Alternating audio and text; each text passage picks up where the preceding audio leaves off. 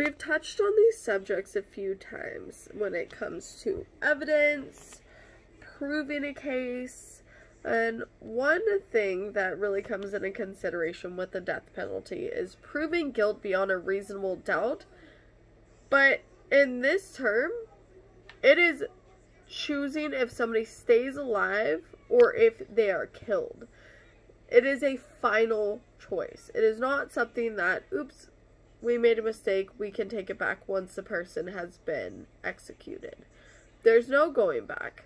So this has to be an airtight, solid case that cannot be disproven. Evidence cannot spring up that maybe there was a reason behind it, like this person was tortured by somebody for years and it finally came out and they tortured them back and they tortured their whole family. Something to where it could completely blow apart the case. That just can't happen. It's a death penalty case. Everything has to be on the table and everything has to be airtight. So when people look at supporting this charge, they really have to look at a few of these questions I've written down for people to look at is, how can humans prove 100% guilt in a case without bias involved? How can they prove that there's no opinion to it, that it is all factual, there's no bias at all, and the decision is made based on the facts, based on the evidence, based on no bias opinions? Was the decision an honest one? Was the decision that the prosecution came out with guilty of death, deserving of the death penalty?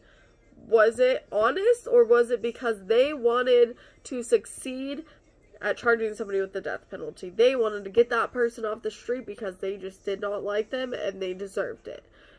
How can you tell that it was honest, that it was an honest decision?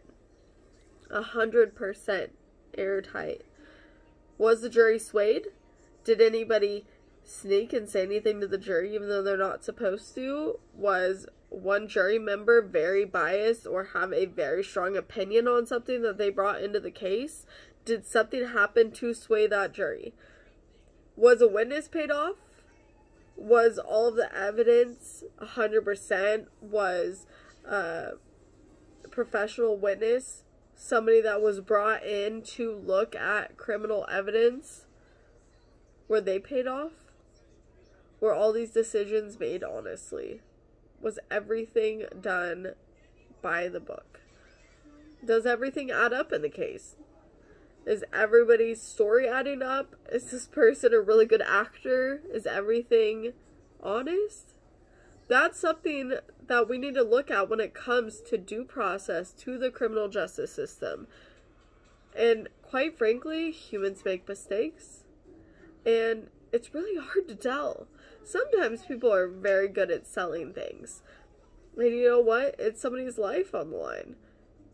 There should be some room for human error, and that's where life without parole comes in, and death penalty gets taken off the table.